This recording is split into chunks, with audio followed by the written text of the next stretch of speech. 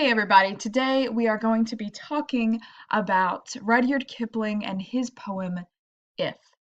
So the word here is if, and if you see this little dash right there, typically that is followed by something. And you'll see that the word if is used several times in this poem.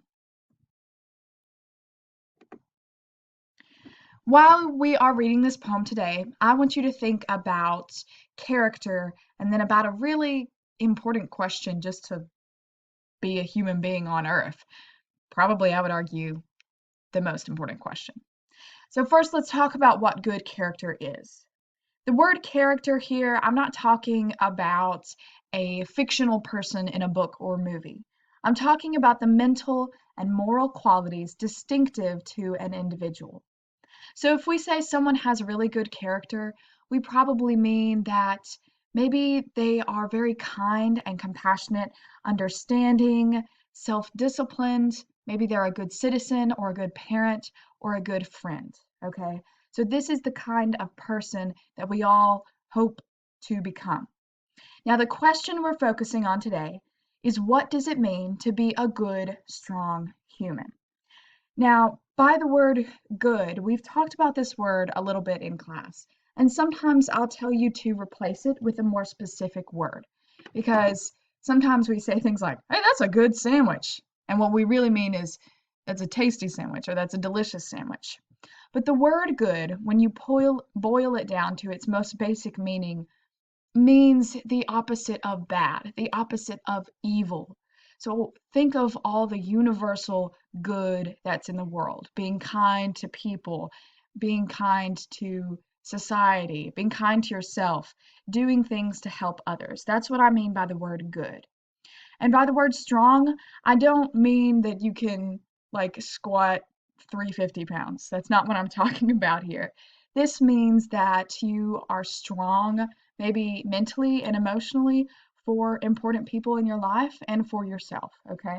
So throughout the day, while you are listening to this poem, while we go through it together, and while you're answering the questions, remember to think about what it means to be a good, strong human. Now, Kipling's poem, If, does try to answer this question. So in the poem, Kipling starts many a stanza and a line with the word if, which we all know carries some real power in this world. I know that this is a word that I've said so many times this year. Oh, well, if things were different, if there wasn't a pandemic, then this.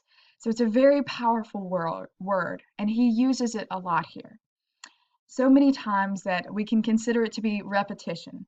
Repetition is used in poetry or speeches when a certain phrase or word is repeated a lot to give it emphasis with the reader, to let it hold more weight.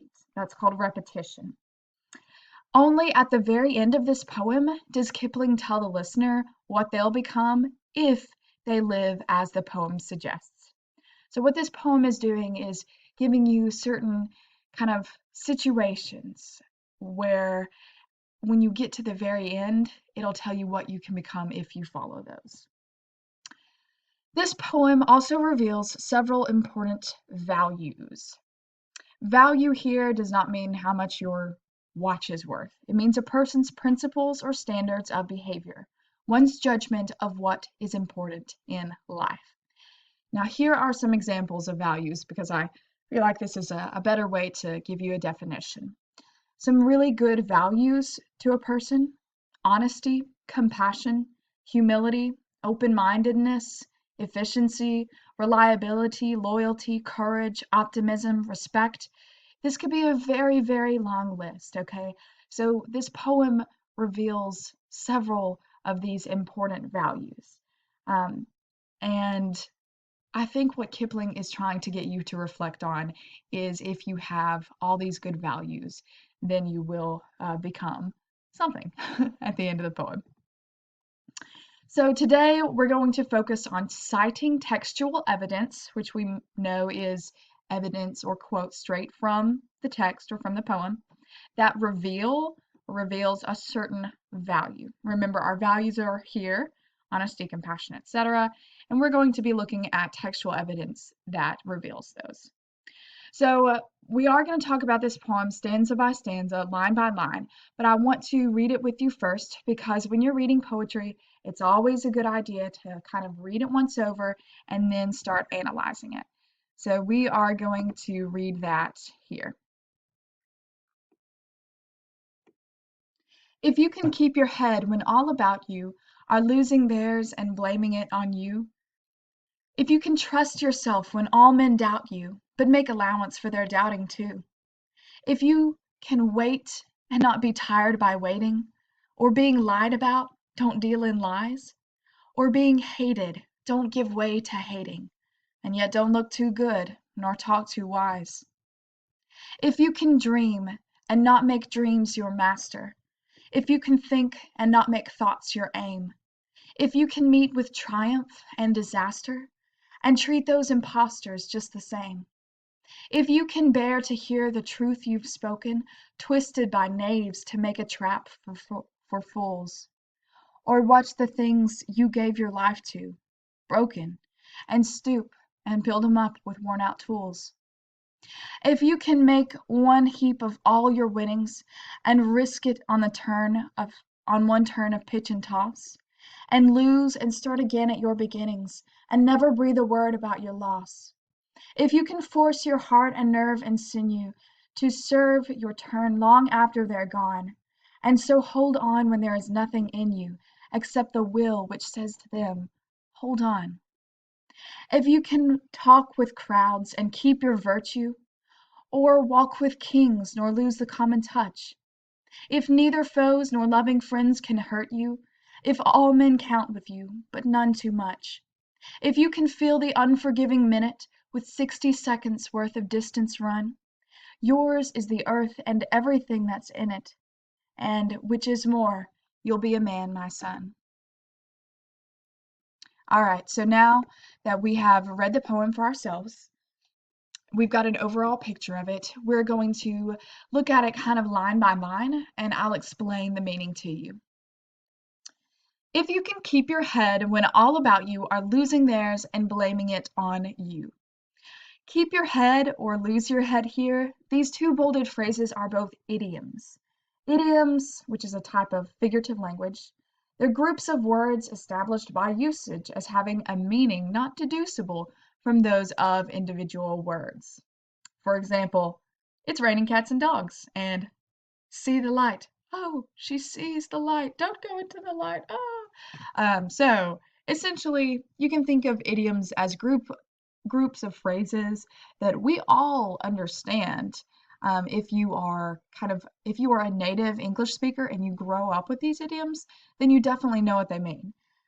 But imagine if you were coming from a different language and someone says that it's raining cats and dogs outside, and you don't know that that's a figure of speech, then you would be like, what in the world? Where do I live?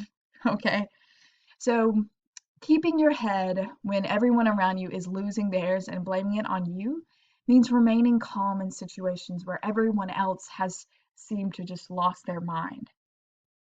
If you can trust yourself when all men doubt you, but make allowance for their doubting too. Trusting yourself when all people doubt you means that you hold on to your inner values and you trust yourself when everyone else thinks you're wrong, or I guess when everyone else doubts you, indeed. But make allowance for their doubting too. To make allowance for something means to give it a listen, to open your ear to it, even if you don't want to. So you have to trust yourself fully, but accept other people's doubts and criticisms and listen to them and evaluate them for yourself. If you can wait and not be tired by waiting or being lied about, don't deal in lies. This first line here means be patient. The second line here means that when other people are lying about you and spreading rumors, don't do it back to them. Or being hated, don't give way to hating, and yet don't look too good nor talk too wise. So this one is pretty straightforward. If people are hateful and they hate you, that doesn't mean you have to give hate back to the world.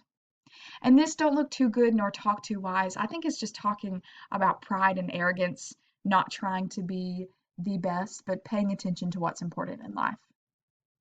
If you can dream and not make dreams your master, if you can think and not make thoughts your aim. So here I think is talking about living in reality, because dreaming is wonderful, but it doesn't mean that reality doesn't exist.